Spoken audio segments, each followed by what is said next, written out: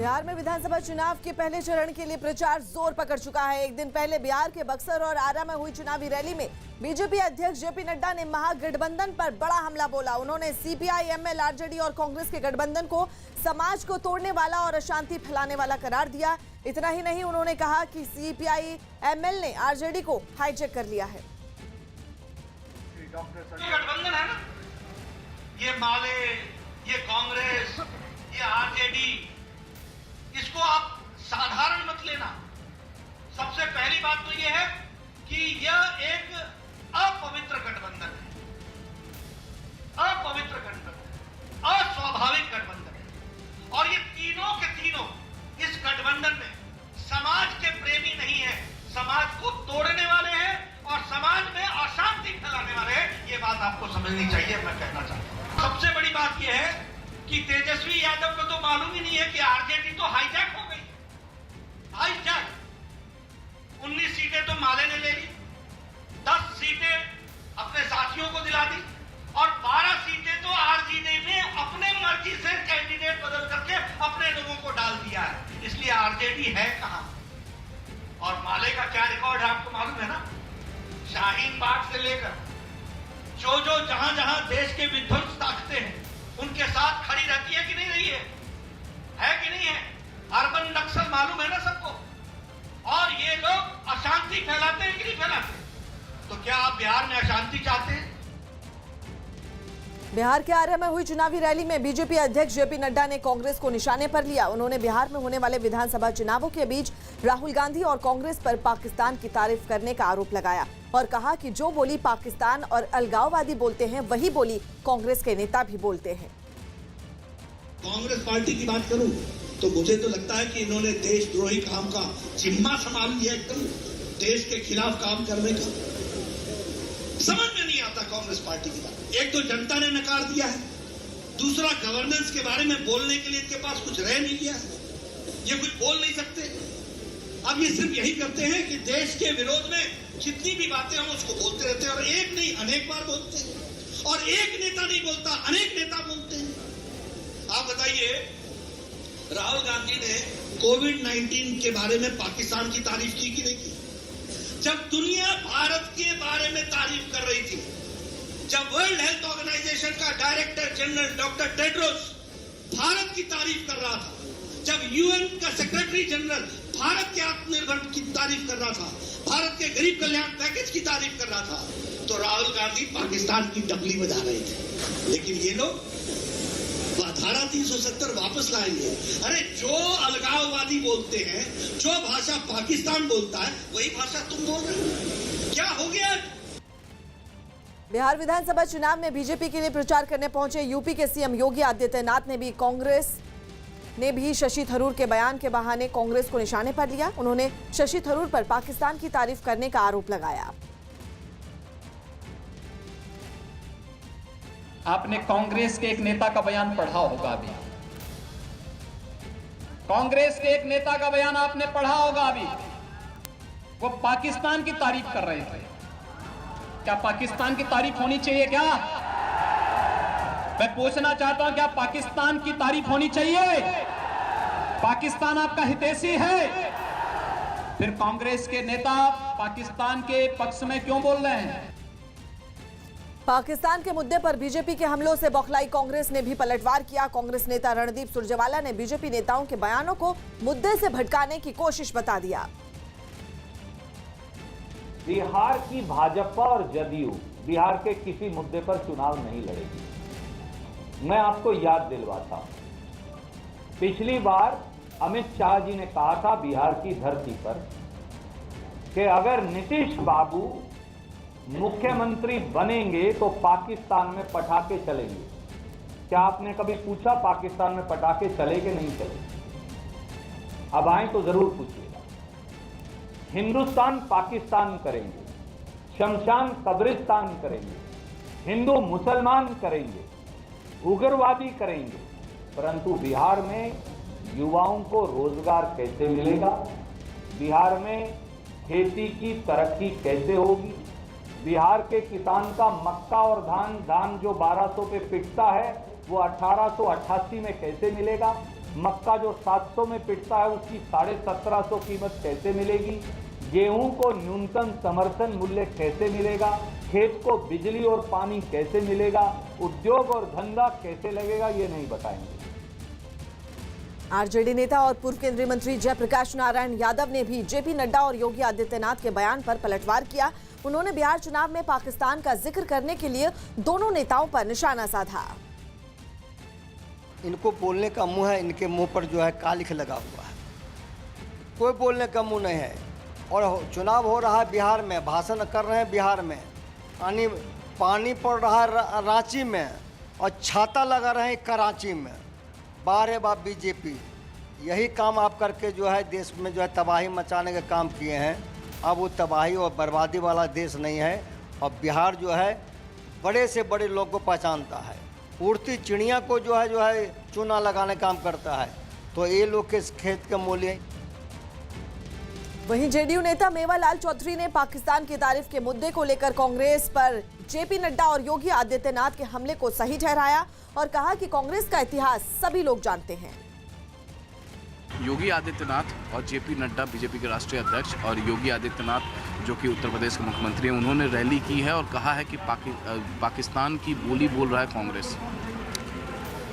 पता नहीं, आप कांग्रेस की इतिहास आप लोग बड़ा अच्छी तरह से जानते हैं और हमें नहीं लगता है कि इतने बड़े नेता अगर इस बात को बोल रहे हैं तो हम लोग इस पर को कमेंट करें। वो बड़े बड़े नेता हैं, हमारे आदरणीय हैं, हमारे पूजनीय हैं और कुछ हद तक बात थोड़ी बहुत सही तो है ही।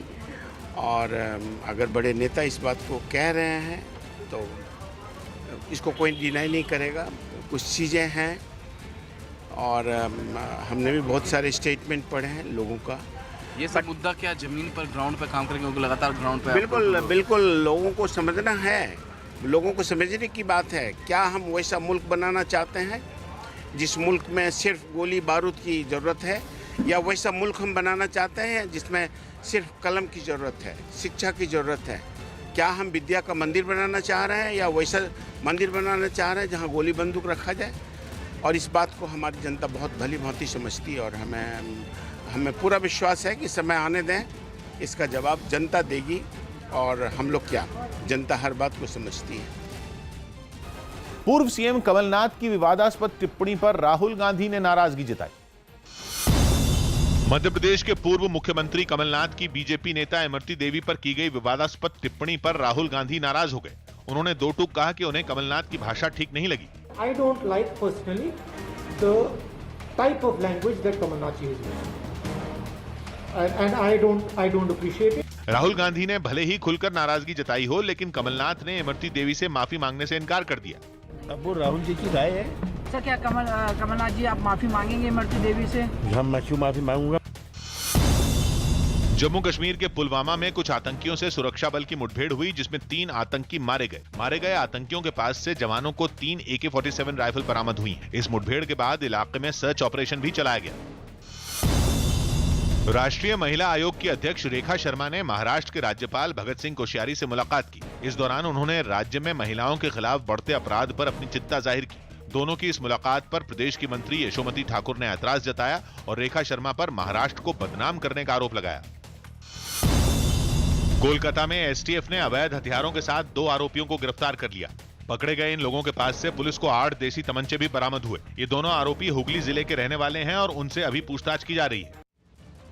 कर्नाटक के हुगली में भारी बारिश की वजह से लोगों की मुश्किलें बढ़ गईं। कई घंटों तक हुई बारिश से निचले इलाकों में बाढ़ जैसे हालात बन गए, जिससे लोगों को भारी मुश्किलों का सामना करना पड़ा। सामने आई एक तस्वीर में पूरा इलाका पानी में डूबा हुआ दिखाई दिया। बारिश का पानी लोगों के घरों में भी घुस गया। एक मकान में घुटनों तक पानी नजर आया। उसके रसोई घर में रखे बर्तन पानी में तैरते दिखाई दिए। भारी बारिश से सभी मकानों की हालत ऐसी ही थी। कुछ लोग तो अपने घरों से पानी बाहर निकालते नजर आए। सड़कों पर पानी का स्तर इतना था कि लोगों को पैदल चलने में भी परेशानी होने लगी। दूसरे इलाकों में भी ऐसी ही तस्वीरें देखने को मिली।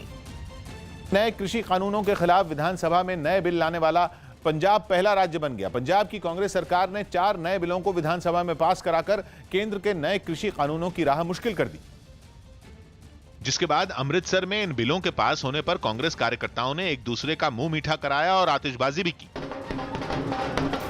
केंद्र के कृषि बिलों के जवाब में पंजाब सरकार ने जो 4 बिल विधानसभा में पास कराए, उन पर सीएम ने किसानों को भरोसे में लेने की भी कोशिश की। यही नहीं, उन्होंने इस मुद्दे पर केंद्र को भी निशाने पर लिया।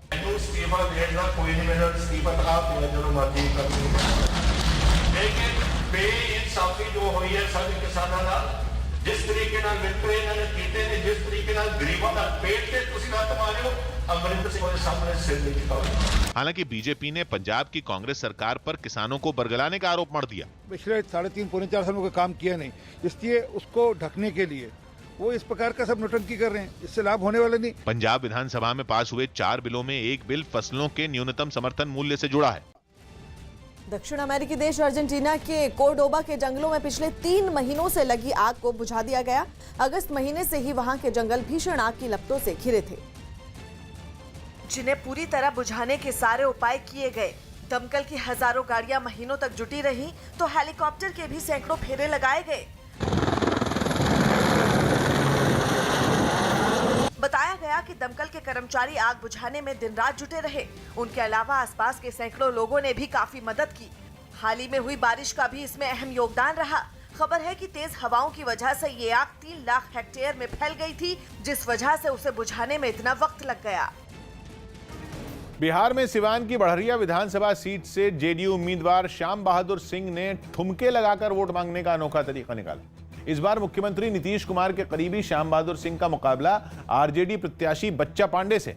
हालांकि 2010 में अस्तित्व में आई इस सीट पर बीते 2 बार से जेडीयू नेता श्याम बहादुर सिंह ही जीते रहा रहे और इन विधानसभा चुनाव में भी जीतने के लिए वो हर हथकंडा अपनाते दिखाई दिए। इसी कड़ी में उन्होंने वोट मांगने के लिए लोगों के बीच सड़क पर ठुमके लगाए। इसके लिए उन्होंने गाड़ी रुकवाई, नीचे उतरे और फिर गाना बजाकर थिरकना शुरू कर दिया। डांस करने के दौरान उन्होंने विक्ट्री का चिन्ह भी दिखाया। लोगों का अपने ठुमकों से ध्यान खींचने वाले जेडीयू उम्मीदवार ने अपने इस मिजाज को आखिरी दम तक न छोड़ने का ऐलान किया। डांस करना छोड़ेंगे नहीं। मर जाए।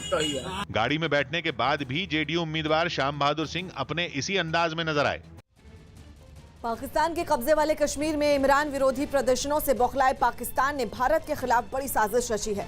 न्यूज़ 18 के पवन शर्मा की रिपोर्ट है कि पाकिस्तान की सेना और उसकी खुफिया एजेंसी आईएसआई 25 अक्टूबर से अपने ही देश में आत्मघाती हमला करवाने की तैयारी में है। खबर है कि वो हमले में राजनीतिक हत्याएं करवाकर उसका आरोप भारत पर लगाने की साजिश रच रहा है। बताया जा रहा है कि इसके लिए पाकिस्तान के रावलपिंडी में 18 अक्टूबर को सेना मुख्यालय में बैठक भी हुई थी, जिसमें इमरान सरकार विरोधी प्रदर्शनों पर लगाम लगाने की साजिश रची गई। खबर तो ये भी है कि भारत को एलओसी पर उलझाने के लिए सीज फायर तोड़ने के साथ भारत के रिहायशी इलाकों को टारगेट करने के निर्देश भी दिए गए हैं और राजनीतिक हत्याएं करवाने के लिए कोरोना से निपटने के लिए बनाई गई टाइगर फोर्स में जैश और हिजबुल के आतंकियों को शामिल किया गया है, जिन्हें इस हमले की जिम्मेदारी सौंपी गई है। हरियाणा में कॉन्ट्रैक्ट पर काम करने वाले कर्मचारियों को मार्च और अप्रैल का पूरा वेतन मिलेगा। हरियाणा सरकार ने कॉन्ट्रैक्ट पर काम करने वाले अपने कर्मचारियों को लॉकडाउन के दौरान मार्च और अप्रैल महीने का पूरा वेतन देने का ऐलान किया। इसके लिए राज्य सरकार की ओर से आदेश जारी कर दिया गया। अब 31 अक्टूबर तक सभी कर्मचारियों को उनका रुका हुआ वेतन मिल जाएगा। हरियाणा सरकार के करीब 1.25 लाख कर्मचारी हैं जो कॉन्ट्रैक्ट पर काम कर रहे हैं। कोलकाता में एक दुर्गा पूजा संगठन ने हाई कोर्ट में पुनर्विचार याचिका दाखिल की। इस याचिका के जरिए लोगों के पंडालों में जाने पर लगी रोक को हटाने की मांग की गई। एक दिन पहले हाई कोर्ट ने राज्य में लोगों के दुर्गा पूजा पंडालों में जाने पर रोक लगा दी थी और सिर्फ 25 आयोजकों को ही पंडालों में जाने की इजाजत दी थी।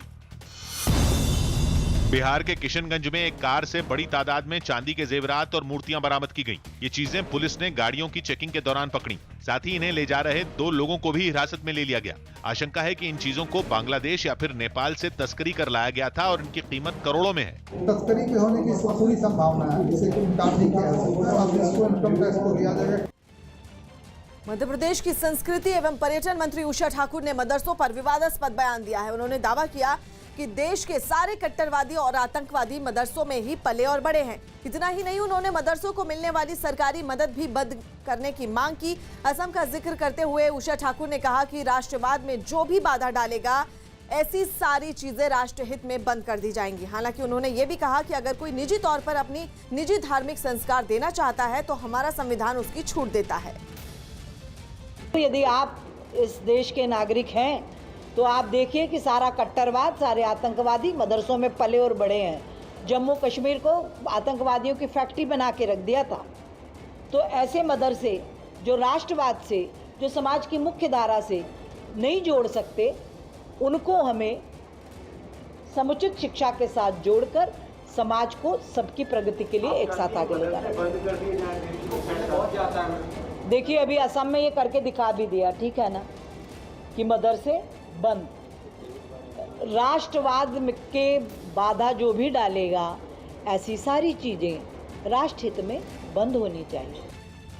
दिल्ली में प्रदूषण कम करने के लिए हाइड्रोजन वाली सीएनजी से कुछ बसें चलनी शुरू हो गई। हालांकि केंद्र और दिल्ली सरकार की इस योजना के तहत शुरुआत में केवल 50 बसों को राजघाट बस अड्डे से रवाना किया गया, जिनसे होने वाले प्रदूषण पर अगले 6 महीने तक नजर रखी जाएगी। इस ईंधन को तैयार करने के लिए राजघाट बस अड्डे के अंदर ही एक प्लांट बनाया गया और उसके सामने हाइड्रोजन वाली सीएनजी को बसों में डालने के लिए एक स्टेशन भी तैयार किया गया। सीएनजी के साथ हाइड्रोजन को किस तरीके से मिक्स करना है, उस तरीके से इसको बनाया गया है। ये कहा जा रहा है कि 70% जो है प्रदूषण में, जो ईंधन से जो प्रदूषण होता है, उसमें कमी आ जाएगी। केजरीवाल सरकार में परिवहन मंत्री कैलाश गहलोत ने उम्मीद जताई कि इस ईंधन के इस्तेमाल से अच्छे नतीजे आएंगे। प्रदूषण कम होगा। आने वाले समय में इसको और सभी बसों में, सभी डिपोज में लेके जाएंगे। कैलाश गहलोत की मौजूदगी में राजधानी के पहले हाइड्रोजन वाले सीएनजी स्टेशन से बसों को उनमें ईंधन डालकर रवाना किया गया। आज की ताजा खबर जारी है। आप बने रहिए न्यूज़ 18 इंडिया के साथ।